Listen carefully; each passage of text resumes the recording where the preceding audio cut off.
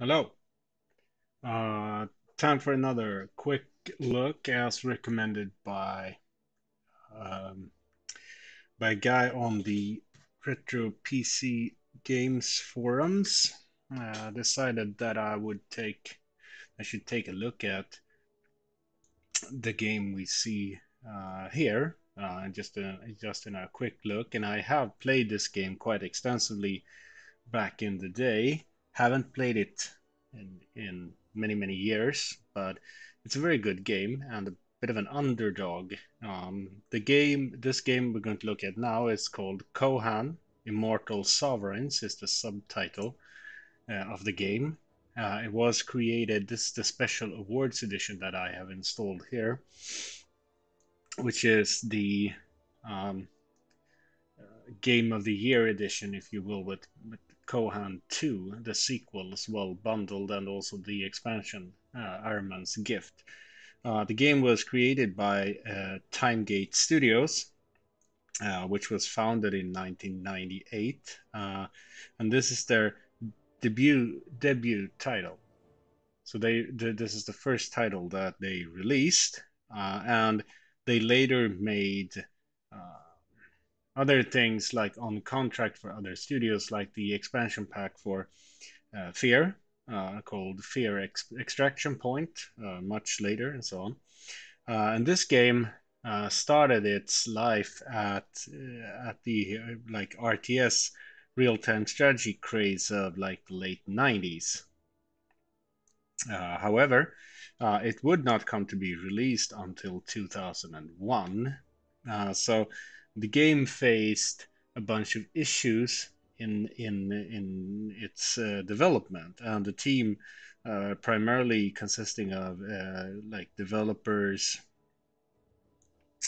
uh, and artists, primary um, teams who worked on a rather they worked on a rather slim budget to release this. So the lead developer Dennis Papp um, uh, created a custom engine for the game, but on a slim budget, so to speak. Um, and at the point of release, let's just to try it out. You have some campaigns that you can play. This is the base game, by the way. So we will get into this, but this is kind of like a mix of an RTS and it has some more advanced wargaming concepts to it as well, and it's set in a fantasy theme. Um, so you have what you get out of the box. This is without the expansion. You get a campaign here where you have a basic and an advanced tutorial and the main campaign, which is called Cycle of Destruction, which is also functions as it follows a storyline where you play different maps across this larger world map. Uh, you also have a custom scenario, which is like skirmish play. We're going to look at that now, I think. You have an editor where you can create your own scenarios, which was also included. And you have the multiplayer component, which was, of course, par for the course in 2001, that you have LAN, local area uh, network multiplayer, and TCP/IP multiplayer for playing across the internet. But at the point of this, let's load up a custom scenario here. Let's just a skirmish. As you can see, you have plenty of skirmish options where you can set all kinds um, of options going into like a skirmish match, which is very good. You can select different options, different um, mutators. You can set the number of available heroes, the number of starting gold, and so on. You can start with one hero or two or so on. We will get into heroes later, as well as outposts. You can set different kind of factors here. You can add AI. You can tell These are the different factions in the game. We have different special units, special abilities, and so on, which is all in the manual. Very good, extensive manual that you can use. You can set up, you can also play team with the AI, so you can set yourself and an AI as collaborators on, say, team one against another AI on team two, and so on. So quite an extensive skirmish.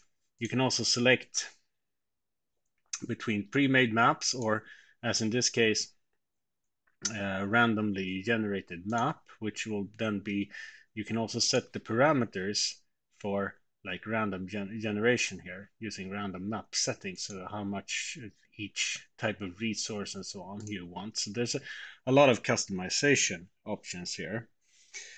Let's just start at a let's start at a or maybe we can load an existing game. So I've got an ongoing game here. We get into the game and we will pause the game for now.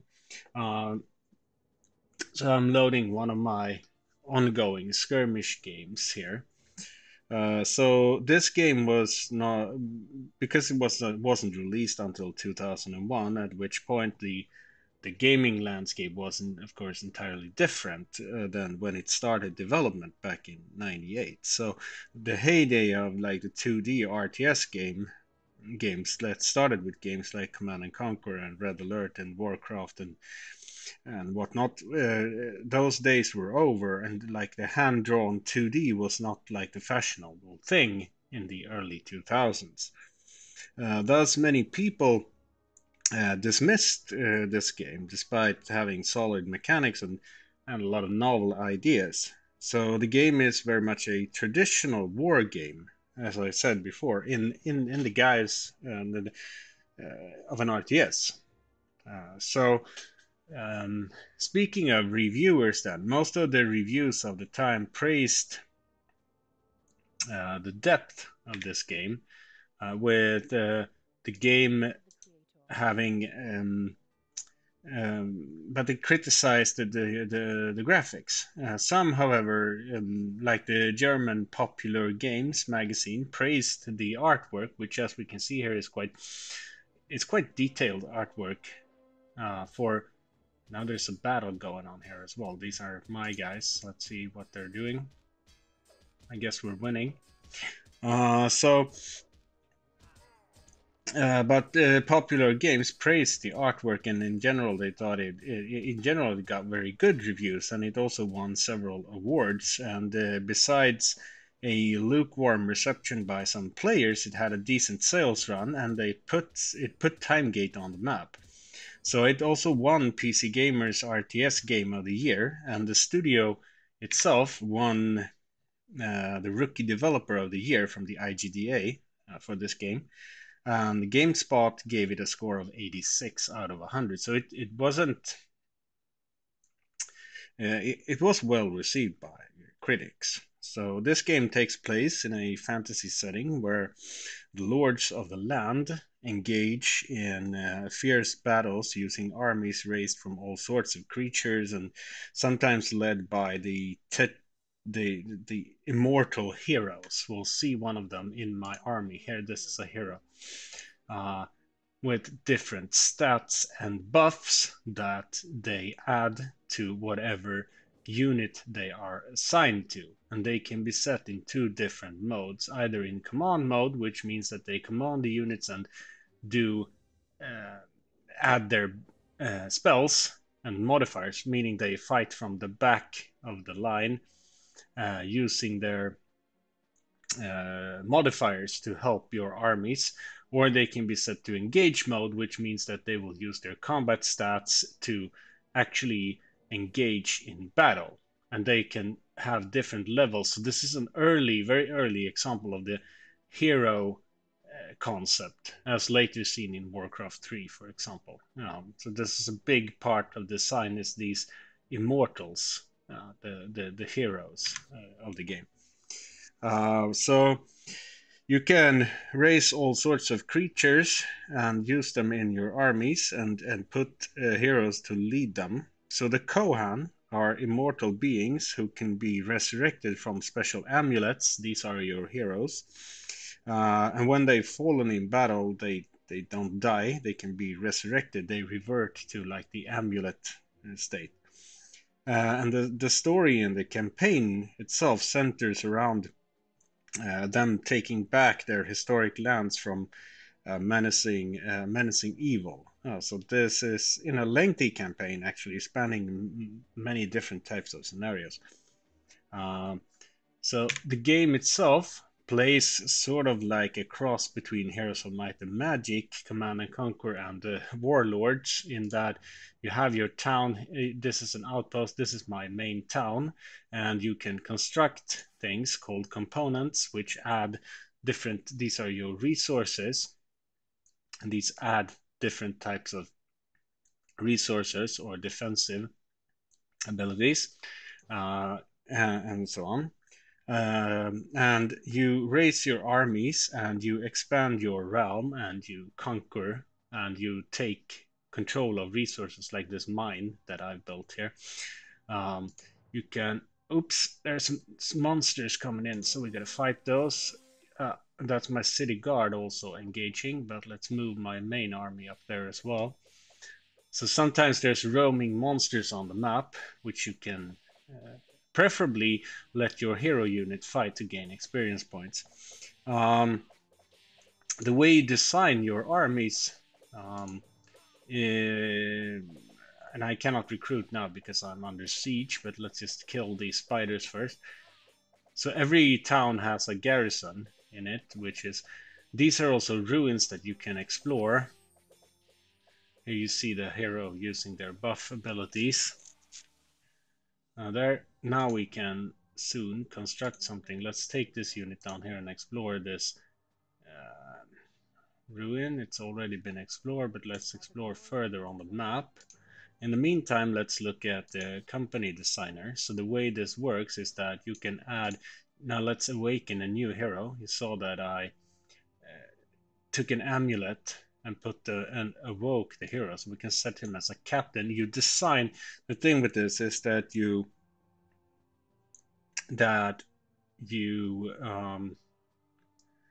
design your units like it's on a company level. So here I can select my frontline units and I can select one or two supporting units and a captain. I can also name this company to something and they will appear on the map. And the thing is that these guys will cost resources to maintain, and if that resource is not produced by you, you will instead convert. You will pay this for gold. So you see I'm -7 on iron for my resource needs, so it automatically converts that to -21 gold per round of counting. Okay, so now we're under attack, so we gotta get our new hero unit down here to get some experience. And like the hero levels, like this idea was before this being popularized by Warcraft 3. This is a very early example of like the attachment of hero units to the player's armies that give different bonuses. For instance, we can set this guy to engage mode because he has pretty good fighting stats. Now the idea of like, since the army scale is being so large, you you don't command individual units, you command formations, and these formations can be set to different formation modes here, which give different benefits. You also have different terrain modifiers here. These are all like wargaming, quite substantial wargaming concepts being used in the game. And you have like typical wargame concepts like morale. All units have a morale score, which can go up and down. You have supply, called zone of supply. So you can see here that these guys are automatically resupplying all the time, and it replenishes losses to your company. Now, this only is true as long as they are in the supply zone, which are created by this town and extended by outposts like here. So building outposts will extend your supply range. Also, the building units is constructed like a normal company, but using the specialty elements like settler to create new towns, and engineers will create new mines and outposts and so on to gather resources. And when you have put together a company, you can also save the preset, and then you can see all their upkeep costs and so on. So you can experiment with different mixes of like frontline and supporting units, and also use the hero unit in that for buffs. So it's quite a deep system. So the company-based units are a unique thing at the time, because it's like there's no more unorganized mess of units. It's easy to command companies and set like formations and so on, which is very good.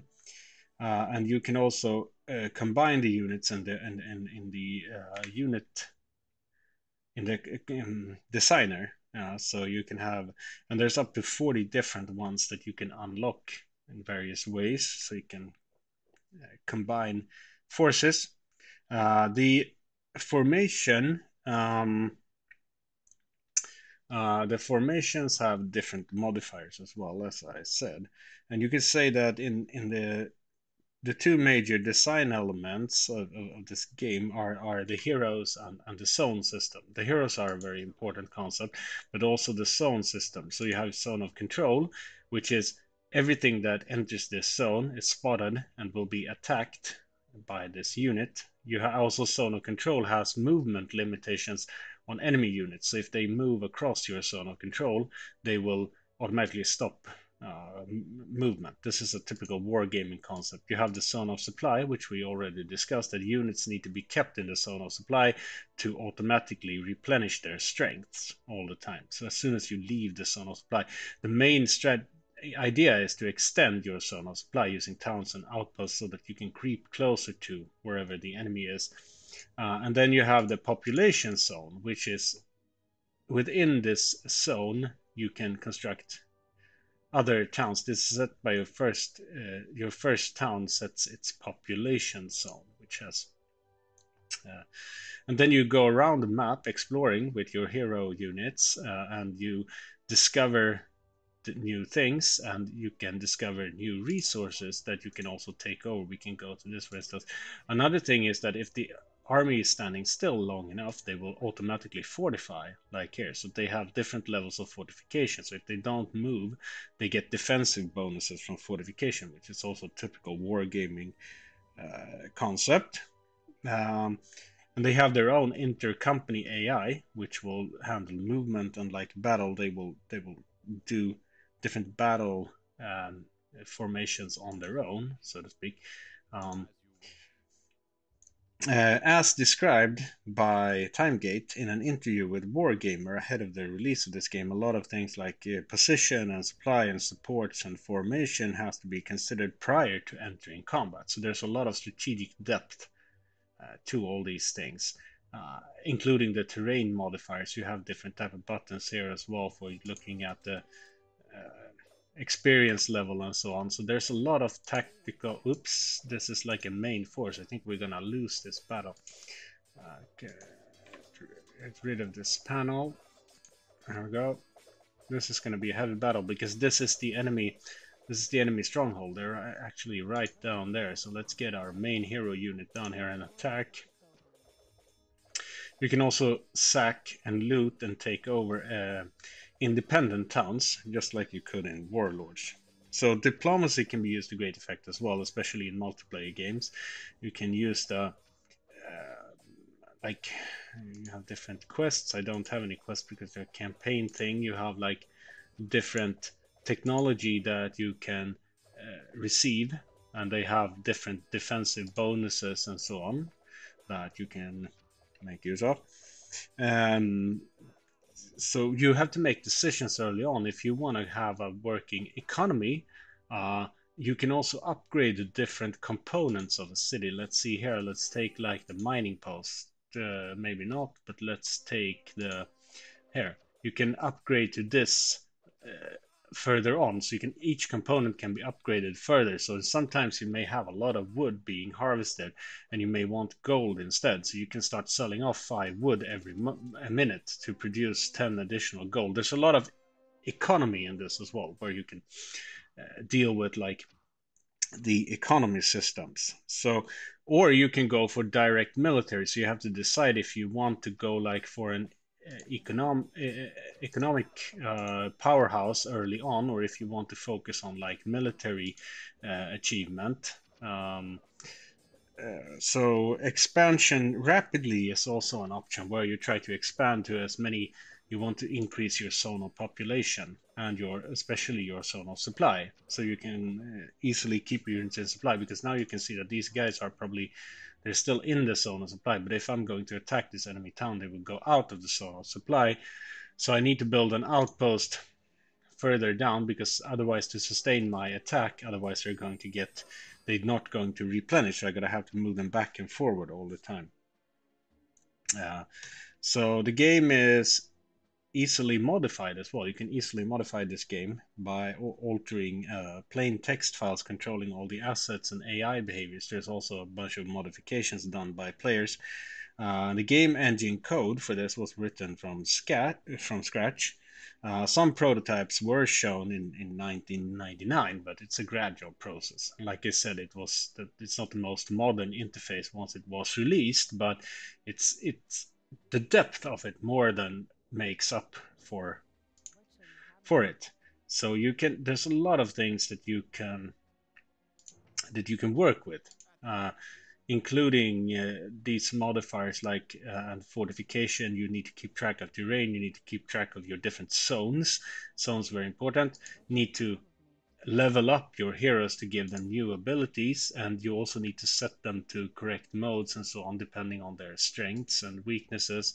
There's a lot of parts to this, so it's a combination of exploration and combat and a rather deep economic system or production system. So the game is very good. It features a lengthy campaign, like you have vast skirmish options, multiplayer options, and it's very tight design. That is, it's simple to get, yet it's very deep. So these days, when you can overlook the 2D easier, in hindsight, you can enjoy it much better for what it is. Like, it's a mix of great titles that came before it, yet it's like novel in that it adds new ideas into the mix. So the careful management of armies and fine-tuning and the whole zone system is only the army designer itself has a lot of depth in itself. So all of this, like, it feels almost like an operational war game at times. Now we're back to combat here. So, but the closest approximation is probably like real-time warlords, and it's technically very well executed and it's refreshing to play. However, to play, you preferably need to have like what I have here, which is a Windows XP machine or Windows 98 machine, because it has some direct draw issues on modern systems. At least my original release does. So it runs on a static resolution of 800 by 600, which is okay-ish. So, and as you can see, there's plenty of, I think I actually will trade. Okay, so I'm not producing any wood anyway. What am I producing? I'm producing stone because I have a quarry. Let's see if we can upgrade. Let's see if we can sell.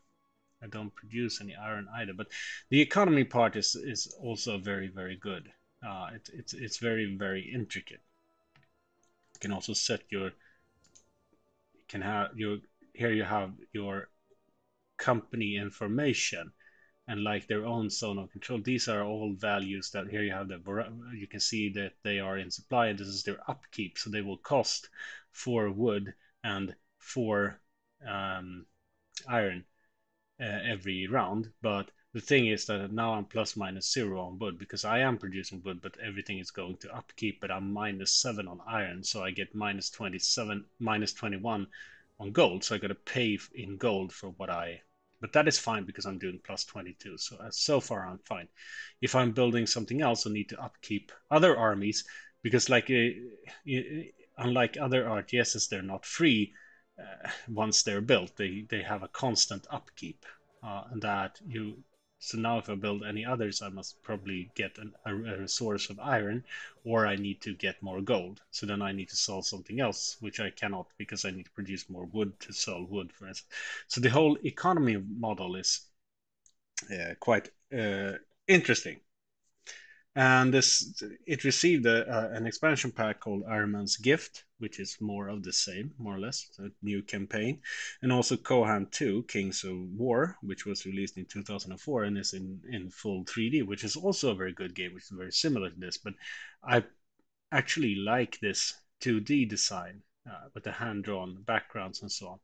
So that was a short look at a game that you might have forgotten even existed, but is very well worth a revisit today because there's not many games like it with the kind of deep systems that this has.